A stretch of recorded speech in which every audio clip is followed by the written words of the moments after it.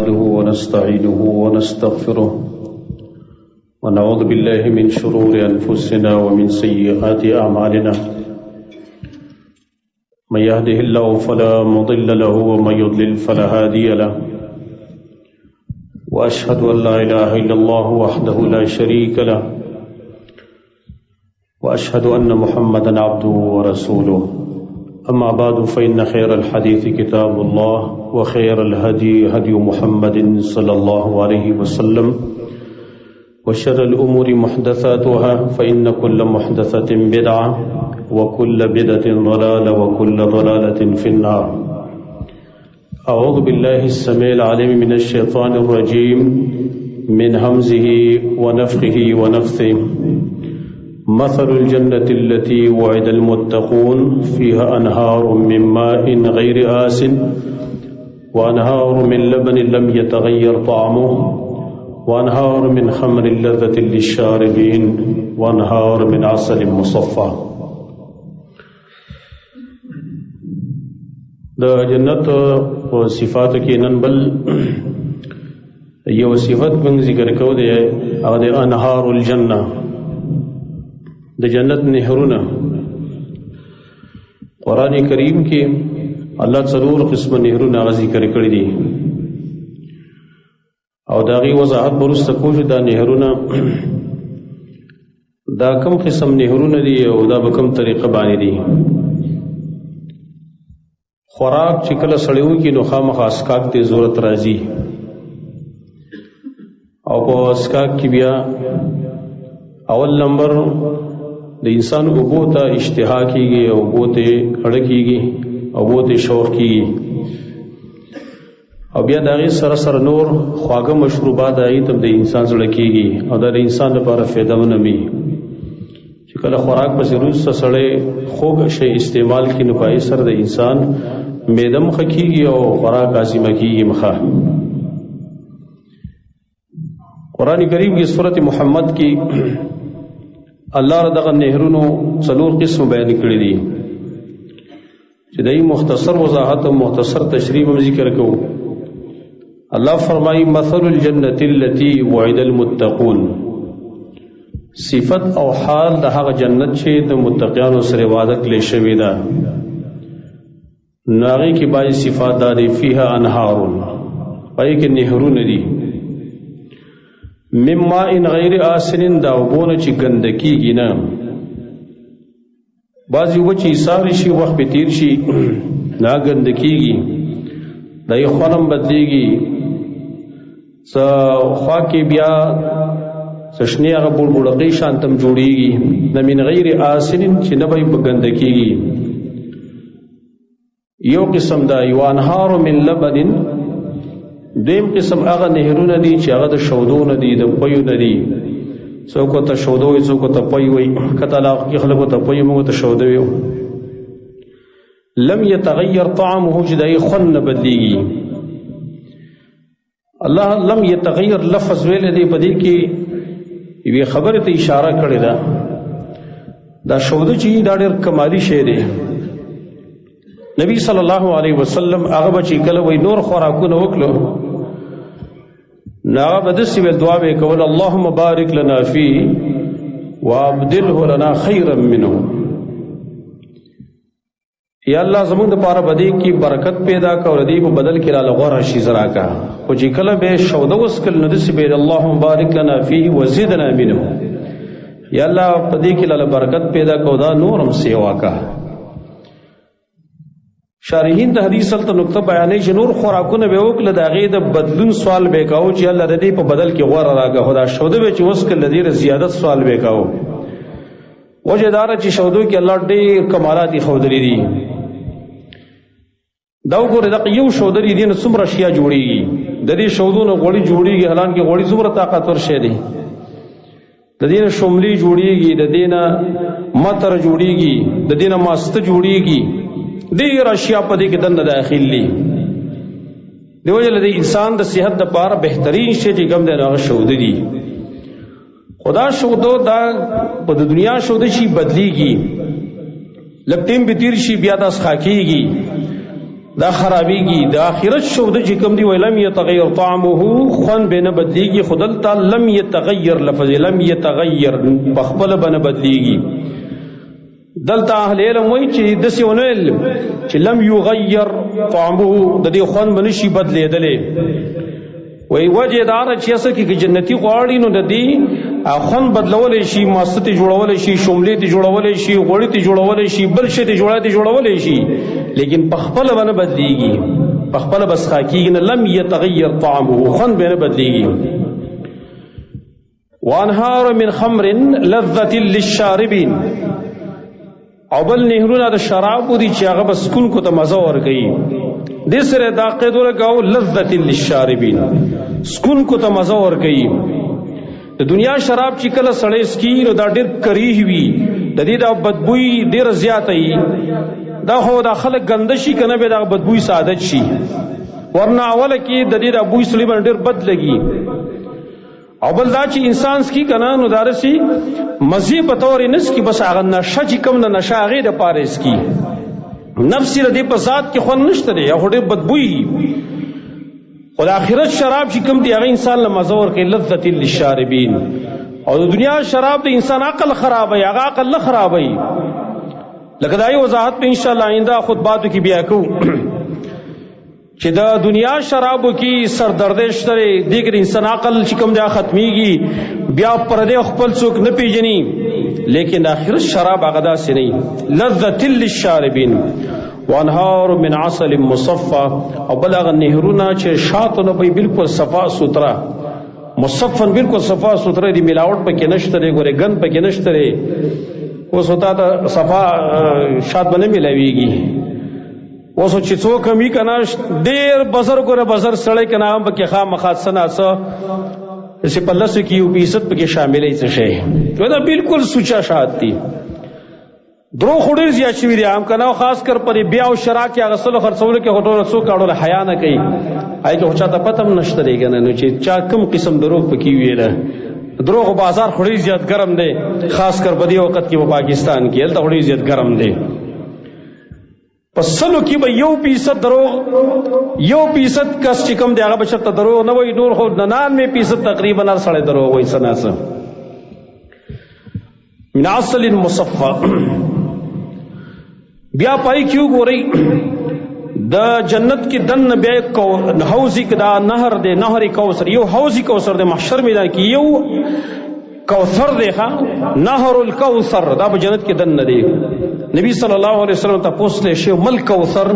دا کوثر څه شی دی چې قرآن کې الله فرمایي انا اعطیناک الکوثر؟ هغه ورته ذاک نهر اعطانیه الله، دا یو نهر دی چې الله مالا را کړی دی، یعنی فی الجنه، یعنی په جنت کې اشد بیاضا من اللبن، د هغې د اوبو د شودو نه ډېرې سپینې دي، واحلى من العسل، د شاتو نه ډېر خوږې دي. او بیا نبی صلی الله علیه وسلم دا فرمایلی فیه طیر، الته مرغانم دي په دغه نهر کې، په دې نهر کې الته مرغان دي. اعناق قها کاعناق الجزر، چې د هغې د څټونه د اوښانو د څټونو په شان داسې اوږده اوږده دي، غټ غټ مرغان دي، د اوبو په دې غاړه باندې چې مرغان ناستي که نه ناسې خوند کوي، مزه کوي. نو دا د جنتیانو دپاره دي دا به خوري. نو عمر رضی الله عنه فرمایل ان هذه لناعمه، دا مرغان خو ډېر مزدار وي که نه، بیا چې دونه غټ دنګ دنګ مرغان دي. نبی صلی الله علیه وسلم څه فرمایي اکلتها انعم منها، د دې خوراک کوونکي ډېر ښایسته خلک دی، ډېر مزدار خلک، څوک چې خوري. امام ترمذي له حدیث نقل کړی دی. بیا دا نهرونه چې کوم دي داسې نهر نه دی لکه مونږ واله حساب، مونږ اکثر معنا کوو واله، دا واله نه ده، دا خو مونږ د اسانۍ دپاره معنا کوو، انهار معنا ولی، اصل کې دا بحرونه دي، دریابونه دي. نبی صلی الله علیه وسلم فرمایي لکه بل حدیث ترمذی کې راغلی دی ان فی الجنة بحر الماء، ان فی الجنة بحر الماء، په جنت کې د اوبو دریاب هم دی، وبحر العسل د شاتو دریاب هم دی، وبحر اللبن د شودو دریاب هم دی، وبحر الخمر د شرابو دریاب هم دی. ثم تشقق الانهار بعد، دا غې نه به وړې وړې ولې جدا شوي دي. اصل کې دنه دریابونه دي د شودو، د شرابو، د اوبو، د ګبینو. بیا ځان له وړې وړې ولي چې کوم دی هغه جدا شي د جنتیانو د کورونو په مخه باندې داسې تللي دي. اصل کې دا دریابونه دي. او نبی صلی الله علیه وسلم یو بل حدیث کې بیا فرمایلی دی یو بل قسم دریاب هم دی التام دا خو هغه څلور دي چې دا به جنتیان عام طور باندې استعمالي اوس کې بیا خو یو دریاب التدی چې هغه بل شان دریاب دی هغه چې کله جهنميان د جهنم نه راوځي نو هغه ته ورځي. امام مسلم حدیث نقل کړي نبی صلی الله علیه وسلم فرمایلی دی يدخل الله اهل الجنه الجنه الله بجنتيان جنت ته داخل کی ويدخل من يشاء برحمته الله چې څوک غواړي په خپل رحمت باندې به داخلي يدخل من يشاء برحمته ويدخل اهل النار النار جهنميان به جهنم ته داخل کی ثم يقول بيبا الله فرمای انظروا من وجدتم في قلبه مثقال حبة من خردل من ایمان فاخرجوه. بیا به الله ملائکو ته وی ورشي په دې جهنم کې وګورئ چې چا په زړه کې د وری د دانې په مقدار ایمان بیا متدام ته راوباسي ایسته فیخرجون منها حمما دی پرې جنت نه راویستل دی جهنم نه راویستل شي چې هغه با سکار شي وي سکروټ سکاره به جوړ شي سټکورې شي وي قد امتحشوا چاغي بل تسوي فيلقون في نار الحياه او الحياه ندیبا په یو نهر کې وغورځول شي چاغي ته نهر الحیات ویل کېدلی شي دا نهر الحیات دی هغه نهر چې هغه د جون نهر دی نو فینبتون فيه کما تنبت الحبه في جانب السیل دی بد سره زرغون شي ور تراو بټو کیږي لکه څنګه چې د سیلاب په دی غاړه باندې الله شانته پای کې یو دانا داغه نه تیغ راوځي علم تروها کیف تخرج صفراء ملتویه تاسو نه ګورئ چې هغه کله راوځي دغه تیغ په دی الله کې چې کمی د سیلاب غاړه ته نغه داسې زیړ شانته وي تاوشه یو دی وي دا قشان بلاوت دي تاوشه وي شانته حدیث مسلم کې راغلی دا دې ته لیکي نهر الحیات. بیا بل خبر یاد لري جنت کی چې کم دا نهرونه بهيږي دا ولی بهيږي نو دا به کم ځای نه بهيږي دا په داسې نه دا چرابېږي اصل کې دا به ابشاري د بر نبی سخت را بهيږي به د غیر الله دی ولی سي جوړي شي وي اصل چې دا را بهيږي خپل ابشارونه لکه تاسو خېلي په دې سیل صفا زینو کې په دې غریز علاقو کې الته ابشار وي دا وخت په دې ونو کې را رواني په دې بوټو کې خطر را رواني خطر را بهيږي یو پواره شان تکي دا قشان دی با یو خپل سوچت زید دغه نه بخته را بهيږي. نبی صلی الله علیه وسلم فرمایي ان فی الجنه 100 درجه فجنت کې 100 درجې دي اعدها الله عز وجل للمجاهدين في سبيله الله دا خلقو د پاره تیاری کړی دا 100 درجې چې کوم jihad کې د الله په لار کې بین کل درجتین کما بین السماء والارض ته هر دو درجو منځ کې دومره فاصله در کې اسمان او زمکه کې لکه مخکې موږ په ابتدا کې دا عنوان ذکر کړو درجات الجنه کې دا تفصیل بیان کړو. الله نبی میں فرمائی فاذا سالتم الله فاسالوه الفردوس الله نم چې کله سوال کوي کنو دا سوال کوي یا الله فردوس راکا جنت الفردوس راکا او مخکې ابتدا کې موږ دا ویلو ښه سوال کوي په الله څوک زور نشي کولای خو الله په دې خوشاليږي چې الله نه اعلی شي زواړي اعلی جنت غواړي الله په دې خوشاليږي پای باندې څوک زور کولای نشي خپ جسم باندې سوال کوي په یقین باندې سوال کوي یا الله درنه غواړم جنت الفردوس نه غواړم دا مې کم همت کو خلکو غوندي سوال مکوي جنت په دې دروازه پسې مې ون خلوام پورا ده ته پسې خلا مونږ ته غټ جنت غواړي کم همت خلکو سوالونه شي کوي یا الله ته مې رب احسان جنت الفردوس غواړم جنت الفردوس پراکه نور څوک بوله داخله خو ما متور داخل کا کنه دغه سوال کوي د الله نه په دې خوشاليږي وفاذا سالتم الله فاسالوه الفردوس الله نم چې کله سوال کوو جنت الفردوس غواړي ځکه فإنه وسط الجنة دا غور جنت تے بہترین جنت تے وعال الجنت اوچت جنت تے پٹو جنت میں دا اوچت جنت تے وفوقه عرش الرحمن داغی دا بر بید اللہ عرش تے داغی چت چکوی دا اللہ عرش تے ومنه تفجر انہار الجنت او دا دقا جنت الفردوس نا دا لاندی نور نهرونه چې کوم دي دا د جنت فردوس نه ښکته بیږي، دا اوچت جنت کې نه لاندې پیدا بیږي. حدیث امام بخاری خپل صحیح کې نقل کړی دی. ایو حدیث معراج کې راغلی نبی صلی الله علیه وسلم فرمایي معراج په شپه باندې چې بره نبی صلی الله علیه وسلم تل پای کې دا فرمایلی ورفعت لی سدرۃ المنتهى، ما ته سدرۃ المنتهى را پورته کړې شو. سدره په عربی کې بیره ته ویل کېدلی شي. سدرۃ المنتهى په اسمان کې د بیر یو ونه ده او هغې نه اخوا بیا ملائک نشي تللی، حتی چې جبریل علیه السلام هم نشي تللی، ځکه ته سدرۃ المنتهى ویل کېدلی شي. نو رفعت لی سدرۃ المنتهى فی السماء السابعه، اسمان کې ما ته سدرۃ المنتهى را پورته کړې شو. نبقها مثل قلال حجر، دا غي د دانی چې کومي د حجر علاقه دا غي د منګور چاټو په شان د غاټي غاټي دانی وي. وورقها مثل اذان الفيل، او دا غي د پانی د تیدو غوګونو په شان د غاټي غاټي پانی وي. ويخرج من اصلها نهران ظاهران ونهران باطنان، او دغه سدرۃ المنتهى د بیري ونه د دې یخنه دو نهرونه ښکارا را بیږي او دو نهرونه پټ دي. نو نبی صلی الله علیه وسلم فرمای ما ویل یا جبريل ما هذا، جبريل تمیل چې دا څه شی دي؟ هغه ویل اما النهران الباطنان ففي الجنه، هر چې دا دو پټ نهرونه دي دا په جنت کې دي، دنه دالته بیږي هغه طرف ته بیږي. ومن النهران ظاهران، هر چې د ښکارا ښکته را بیدلی دنیا ته، نو فالنیل والفرات، دریای نیل او دریای فرات، یو مصر کې دی بل عراق کې، دریای نیل او دریای فرات، دا دواړه ښکارن جن دغه نهرونه چې دا بره نه را بیدلی دي. الله رب العالمین په خپل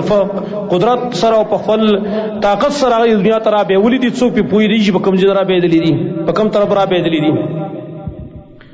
یو بل حدیث کې داسې راغلی دي نبی صلی الله علیه وسلم هغه فرمایلی دي، دا حدیث امام حاکم نقل کړی دی المستدرک کې، او بنابر قول راجح حسن سند دی، لکه شعیب الارنووت پر تحقیق ابن حبان کې ویلي چې اسناد حسن. نبی صلی الله علیه وسلم فرمایي من سره ان يسقيه الله من الخمر في الاخره فليتركها في الدنيا، که څوک په دې خوشحالېږي چې ما ته الله په آخرت کې شراب وڅکي که نه، نو په دنیا کې پرېږده. ګورئ چې دلته یې ونسکل که نه، نو هلته بیا ربانې الله سکي، خو که دلته یې سکل نو هلته ربانې الله نه سکي. یو روایت کې دا راغلی دي څوک چې په دنیا کې شراب څکي نو که دی جنت ته لاړ شي، که بالفرض جنت ته لاړ هم شي نو هم به نه سکي، هلته پابندي ده په ده باندې، دله ښه نه دي. هلته د په دنیا کې خپل کار کړی، البته په صدق توبه وباسي بېله خبره ده. شراب و نقصانات خو جدا دي، عادت ته موږ نه بیانو، خو غټ نقصان یې دا دی چې د آخرت د شرابو نه سړی محرومه کېږي. نو که څوک په دې خوشحاله چې ما باندې الله په آخرت کې شراب وڅکي، نو په دنیا کې پرېږده. ومن سره ان یکسوه الله الحریر فی الجنة نو فلیترکه فی الدنیا، که څوک په دې خوشحالېږي چې ما باندې الله په آخرت کې ریخم واغوندي ماته، نو په دنیا کې ما غونده. بیا فرمای انهار الجنة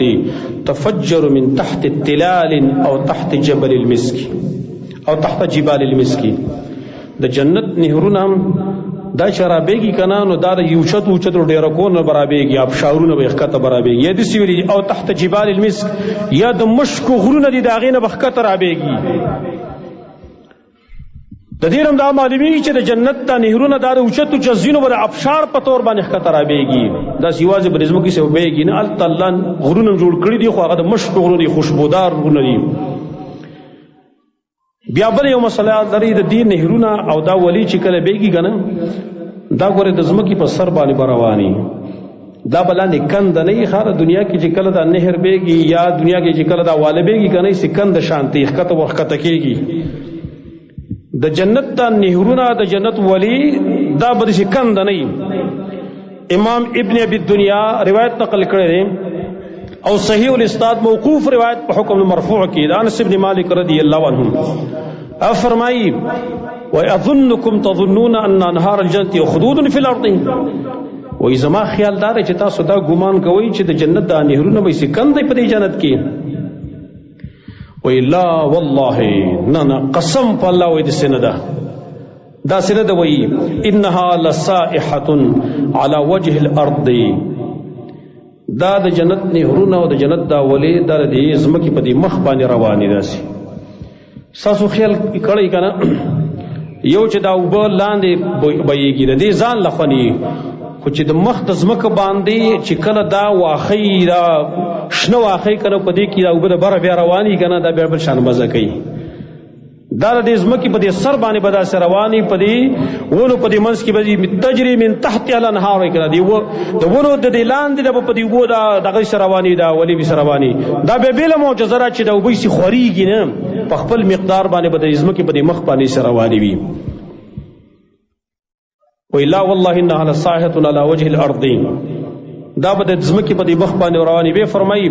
احدى حافتیها اللؤلؤ والاخرى الياقوت دا غي بیا دا دواړه سیټ ته دا د سینې دی بیا دا نهرونه روان دي ولې روان دي خو یو سیټ ته او بل سیټ ته د ملغلرو چې کوي ملغلرو د ملغلرو وایي چړاو کړی شي یو طرف ته ملغلري دي بل طرف ته ملغلري دي یاقوت دا خاص قسم ملغلري سری ملغلري او لولو عام ملغلري سپینې ملغلري دي مانه سپینې او سری ملغلري یو طرف ته بل طرف ته دا چې چړاو کړی شي دي که ستاسو خیال کړی دی اوبو غاړه ته خلک چې سیمټ و دغه کې که نه چې څوک راخویږي نه یا څوک سکي نه هغې دې غاړه ته به ملغلرې چړاو کړی شي وي د غاړې چې کومې دا به د ملغلرو نه وي په دې ملغلرو کې بیا د اوبو سره روانې وي یو طرف ته بل طرف ته هغه ملغلرې دي وطینه المسک الاظفر لاندې چې کوم دا اوبه پې بیږي دا نهرونه پې بیږي دا لاندې چې کوم هغه خاوره چې موږ ورته لاندې پرې خاوره ځمکه دا به خالص مشک یا المسک الاظفر مسک اظفرات لکی چې پای کې بل قسم خوشبوئی نه ګټه لاندې به خوشبوئی دا مسک کني مش دا په غوړېدلی پاغي به د بر رواني وي د دې وجه نه ګور بعضې اوقاتو کې سړی څه شی سکي کرم خو هغې د روس اخره کې بدبوی راشي چې بیرته سویله الټې ورشي دا په اخره کې په تا باندې به خوشبویانې راځي ښایسته بوی به په تا باندې راځي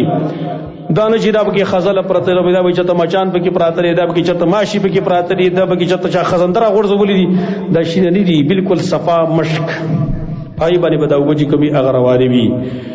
دا د جنت د نهرونو د هغې وضاحت آینده جمعه کې به انشاءالله بیانو عیون الجنه د جنت چینی دي نهرونه که نه هغه جنت چینی دي د کیفیت د هغې اقسام قرآن کې هم الله ذکر کړي حدیث کې ذکر کړي د جنتیانو په اختیار کې د هغې تفسیر او د هغې سره نور بحث چې کوم دی هغه به آینده جمعه کې بیان کړو اقول قولي هذا واستغفر الله لي ولكم ولسائر المسلمين